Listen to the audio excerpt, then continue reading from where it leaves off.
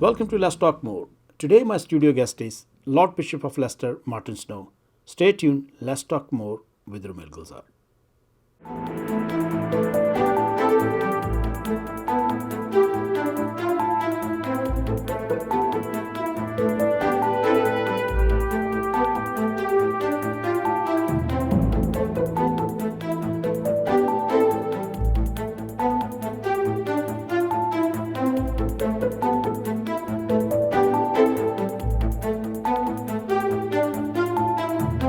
Hello Bishop, how are you?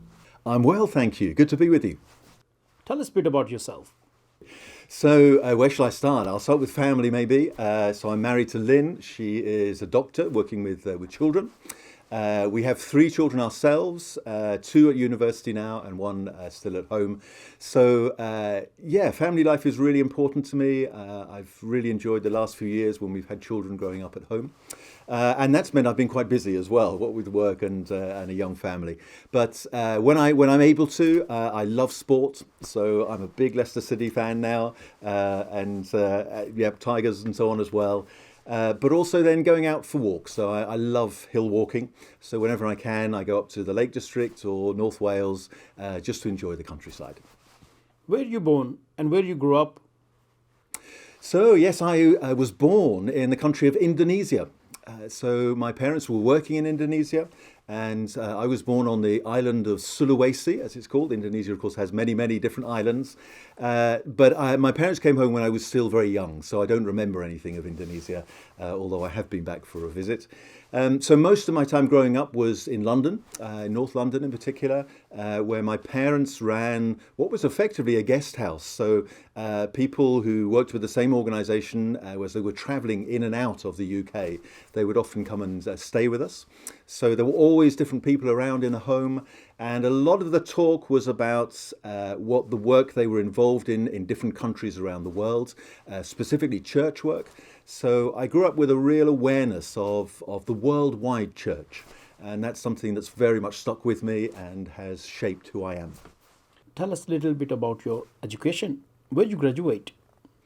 So I then went on to graduate from Sheffield University, where I studied chemistry, although please don't ask me any questions about chemistry because I've forgotten it all.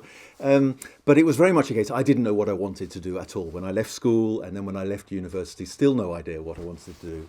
So I got a job initially working in the courts, in the Crown Courts, and then eventually decided to give that up and do some voluntary work with my local church. And the more I got into that, the more I started to sense that actually, this is what I want to do. And a real sense of God's calling me to that work. And here I am today, 30 years later. I always ask this question to my guest. What's your favorite book, food, and holiday destination? So I remember my grandfather had a set of books on his bookshelf that he would often talk about. And it was the complete works of Charles Dickens. And I remember often going to visit them. We would sit and read some of it together. He had a complete knowledge of all the characters and facts and figures, all sorts of things. So, Charles Dickens has a special place for me. I have rice, most meals, it's rice. I don't eat a lot of potatoes or other things. It's usually rice with, my favourite actually then is a particular peanut sauce that comes from Indonesia, which you can have with various different sorts of meats or vegetarian. But that peanut sauce is very special. While the children have been growing up, we visited France. And I think I just look back on some of those times, usually camping, often just by the side of a river or something. They were such special times, just being able to forget everything else that I was doing, focus on the children, focus on just slowing down, being with them, enjoying times together. So actually, it almost doesn't matter too much where it is, but that sense of actually just being with the family, being able to spend a lot of time with them. And France is great. I speak a little bit of French, so it makes it very easy as well. Earlier you said you like football. Do you play football? Well, I used to play football, yes, so I can't claim now, I'm afraid. It's mainly watching it now. But yes, growing up, I used to play football, through school, university, and even well after that, actually. So I played for a local club in South Yorkshire as part of a league, the sort of Northern League there. It's eventually, though, it starts to take up too much time. It's that thing if you're doing training during the week and then matches at weekends, it just takes up a lot of time. So I'm afraid gradually it dropped away. So now I just go and watch. How difficult was for you to studying in chemistry and switching to theology? You're right. It was a big change, and I think, as I said, I left school not knowing what I wanted to do, but I'd done science A levels, so it made sense to go on and do the chemistry. I enjoyed chemistry. I think there's something lovely about discovering the intricate patterns within the makeup of everything around us, all the sort of materials around us. So I did enjoy understanding all of that, but I think. It's always this question, isn't it, that science tells us a lot about how things were made or the structure of them, all these sorts of things. It doesn't answer the question why. So, why are we here? Why are all these things, the world, the way it is? And I think that, for me, was the route into studying more spiritual things, which I think do try and address that question of why and what purpose are we here for. So I do see the two as linked, but answering slightly different questions. And as I say, the more I got into studying theology and the Bible, the more I enjoyed it. And the more I did see it of very direct relevance to the way I live my life and indeed the way our society is shaped. Bishop, in modern life, how important is faith? I think it makes so much difference. I often wonder how people who don't have any faith at all, how they manage. It's particularly during this time of COVID, I've been so conscious of a lot of people who have suffered. And even now, as we're feeling so many of the after effects and cost of living crisis and so on, there is something, I think, about all of us having that longing for a higher power, as it's sometimes referred to. And linked to that, I think, is this sense of, I love music as well. I really enjoy music. And there's something about the way a beautiful piece of music can touch something inside of me. A lot of people may not use the language of God or of spiritual things or religion, but nevertheless, I think the way music or fine art can stir something in us, that to me is deeply spiritual, whatever language we use to describe it. So I think, yes, we all have that innate sense of something bigger than ourselves. And for me, it's that sense of going deeper with that, trying to understand more of what that means for my day-to-day life. So it's not just about when I'm struggling and finding things hard, but actually it's also when I'm celebrating and enjoying things that actually I can do that with God, with my Creator. So yes, I do believe faith is really important. Can you describe the role of bishop, people who don't know? So being bishop is, I often get asked that question. Yes, what is a bishop? And particularly in schools, when I go around visiting schools, they're never quite sure what a bishop is. And they think I just dress up in strange clothes and spend all my time in church. And there's a lot more to it than that. So in a sense, I'm if you like, the senior representative of the church within the life of the city of Leicester and the Diocese of Leicestershire. So I spend a lot of time attending different events, sometimes civic events, sometimes interfaith events, sometimes working with other charities, all sorts of things where I can attend and bring something of the church into those conversations. And I take that as a real privilege. I thoroughly enjoy doing it. There are challenges, of course, at the moment in society. Not everyone accepts that the church should have a place in conversations about society and so on. But nevertheless, where I can, yes, just trying to take something of the Christian tradition and the wisdom within that tradition to share it more widely with others. It is a huge privilege. So lots of variety in my job, from visiting different churches all around the county, visiting different schools, and then attending all sorts of events as well. Being a bishop is no 9-to-5 job. How do you balance between your personal life and your day-to-day role? I probably don't manage it very well, I think, if you talk to my family, but it's a continual case of trying to hold a balance between the two. So I enjoy the work and it's important, but I'm always aware it's even more important that I spend time with my family and particularly my children. I'm very aware that they are growing up In a demanding world, I think it is very difficult for young people at the moment, looking ahead with all that we know about the climate crisis, with, yes, concerns about the economy and whether they'll be able to get jobs, whether they'll be able to afford a house, all these sorts of things. A lot of pressure on young people today. So I think they do still need their parents, even when they may not say that they need their parents, but I think they do. And it's at those odd moments when they come and find you and just want a conversation about something, trying to be available for those moments is so important. So yeah, a careful balance between the two. Everybody in life have a high and low time. When you have your low time, where do you get your strength? Yes, I absolutely agree. Everybody has that, don't they? And for me, I've been quite honest in saying I think during the COVID period, I did find things hard. So much of what I enjoy doing, I wasn't able to do, like so many people. I actually found it really helpful during that period to go for walks, and I took up cycling again, actually, would go for long cycle rides.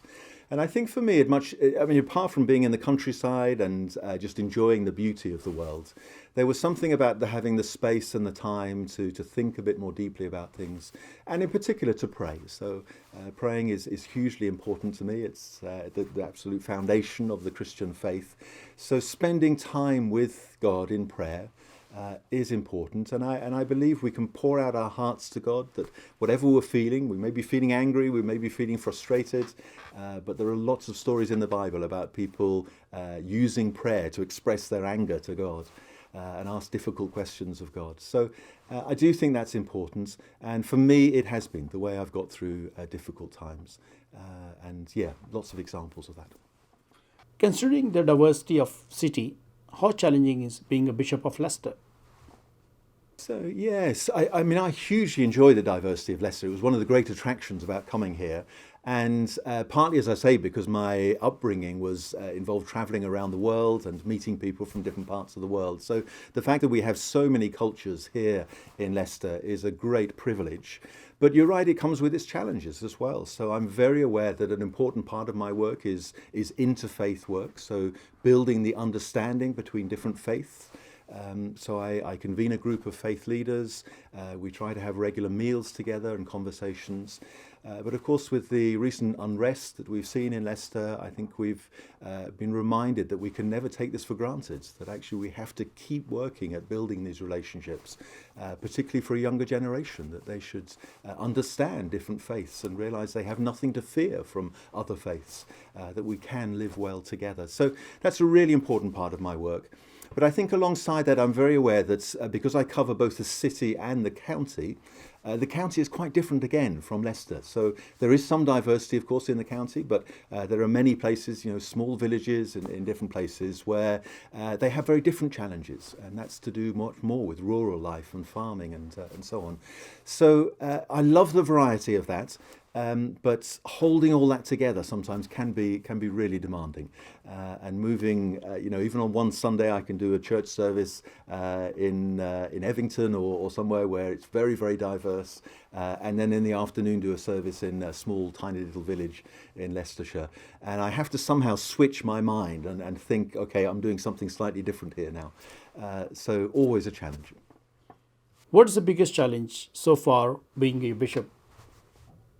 There's a number I could choose of that in terms of what the church is facing. I think probably I would try and sort of sum them up, though, by saying that society has changed enormously, even in the last sort of 20, 30 years that I've been in ministry.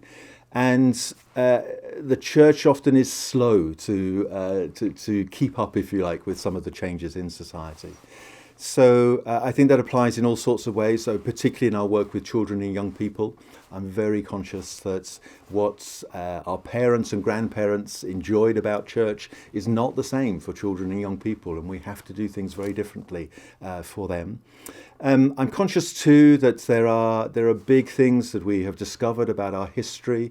So particularly in the whole world of safeguarding, as we call it, there have been so many abuses that have been committed in the name of the church.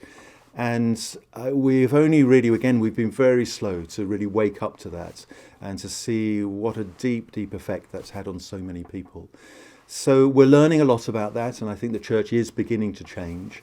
but we've still got a long journey ahead. So I think, yeah, overall, I think I sum it up, as I say, in terms of society changing and the church needing to work out what we need to do in order to try and be relevant and have something to say to a new generation. What could be done more to restore church reputation as in the past? I'm very conscious that we have a pattern within the Church of England in particular of clergy or vicars who work in all our different churches. But the pattern historically was generally that each church would have its own vicar. So there would be one vicar and one church, and the vicar would spend a lot of time visiting people in the community, just being at different community events and so on. The situation we're in now is that very often the vicar has to work across multiple churches and across a very big area. And that's hugely demanding. So I think one of the big things that we're trying to focus on both is how we support our clergy in doing the job they're doing now, but also how we continue to have a new generation of clergy. I am actually really encouraged. We have quite a few young people who are offering for ministry in the church at the moment. And that's hugely encouraging, but it is a demanding job. So training them, resourcing them, enabling them to support them over the years, I think is a hugely important part of what we do. Last week we had great news. Tell us a bit about becoming installed at the House of Lord. So in terms of the way things are governed here in the United Kingdom, we have the House of Commons and the House of Lords. So House of Commons is all the MPs who are elected from across the country. And then House of Lords, of course, traditionally was all the people who inherited titles. So the dukes and the earls and so on who inherited titles. But also, again, because of the history of the House of Lords, all the bishops of the church were all in the House of Lords. Now things have changed enormously. The House of Lords has changed very much. So now it's mainly made up actually of people, former politicians or business people who have been given a title and are able to be in the House of Lords. And there are now fewer bishops. So instead of the sort of 40, 50 bishops that there used to be in the past, there are now just 26 bishops who are in the House of Lords. So yes, this last week I took my place simply because I've been here a long time now. So I've been on a waiting list and gradually moving up that. It means that I get the opportunity to have a say in terms of what is going on nationally within government and society. And that's a huge responsibility, and I'm very conscious of that responsibility, particularly as I come from Leicester. So I'm very aware I will be representing different faith groups, representing different charities and so on, all from Leicester.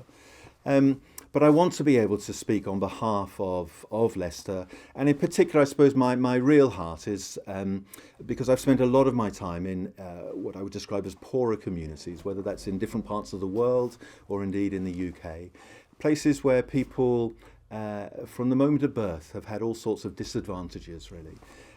So I want to be able to use my voice within the Lords to be able to bring about change within society, to create a more equal society, and in particular to make sure we are a society that truly cares for the most vulnerable. Now that's a big ambition in one sense, and I'm very conscious it's going to take me a long time to learn how things work in the House of Lords. But that's certainly my goal and what I'd like to achieve. Your new role will affect your work in Leicester? Well, inevitably, I'm going to have to change a little bit the way I work, but I'm very blessed to have some excellent colleagues that I work with. So the Bishop of Loughborough has been with us about a year. I'm having great fun working with him, really enjoying that. And then I have a number of other colleagues who are all involved in the leadership of the diocese. So inevitably, some of the things I do now, I will be passing on to them. But I'm deeply conscious that I will only be able to be effective in the House of Lords to the degree that I remain rooted in the communities of Leicester and Leicestershire. So the two have to go together, hand in hand. So it's a case of how I make sure I have opportunities to really be involved in things in Leicester and then take that into the House of Lords to inform the work that I'm doing there. So it's going to be a difficult balance, I'm very aware of that, but I'm determined to find a way of making it work. The chances we will see you less in Leicester? Well, inevitably, I will be going to London more regularly, but I think hope I will still be very, very visible and very present within Leicester and Leicestershire. And I want to be available to people as well. I think in all sorts of ways. I want people to feel that they can contact me, whether that's to do with House of Lords or whether it's to do with issues in the city or the county. So as I say, I can't do that on my own, but I have a good staff working around me. So together we will make sure that the churches and communities of Leicester and Leicestershire are able to flourish, and then we be well represented on a national scale as well. If somebody will approach you in the street, how would you like to address, as a bishop or Lord Bishop? Well, I'm very relaxed about these things, so I always tell people to say, please, just call me Martyn. But my official title now, I suppose, is, yes, the Lord Bishop of Leicester, which simply goes because I am now in the House of Lords. So for very formal occasions, yes, that's my title, but otherwise I try to be relaxed about it. How you can describe your love of Leicester? So my love of Leicester, I suppose, would be described in the sense of one of the things I enjoy doing when I have a little bit of free time is simply to walk down, whether it's Narborough Road or one of the other sort of roads going out from Leicester, simply to enjoy the diversity. I love the fact that there are shops where you can buy things from all around the world. I love the fact that there are people talking different languages and so on. I think it's a really healthy mix. But I'm also very conscious, I suppose, that even as I love that, there's a deep challenge within it as well, that actually it's still possible to live in Leicester and only meet people of the same sort of ethnic heritage as yourself. And one of the things I hope we can do more of in Leicester is the mixing, the crossing of cultures, if you like. So I love crossing cultures in that way, and I'd like to do more to try and help other people to do that as well, so that we can truly be a city where everyone feels they have a part to play in the life of the city, that they feel they can contribute to the life of the city, and where everyone is proud of this city. Lord Bishop, thank you very much for your time. My pleasure. Thank you. Thank you very much for watching this episode. I will be back next time with a new guest and new journey. Stay tuned. Let's talk more with Rumel Gulzar.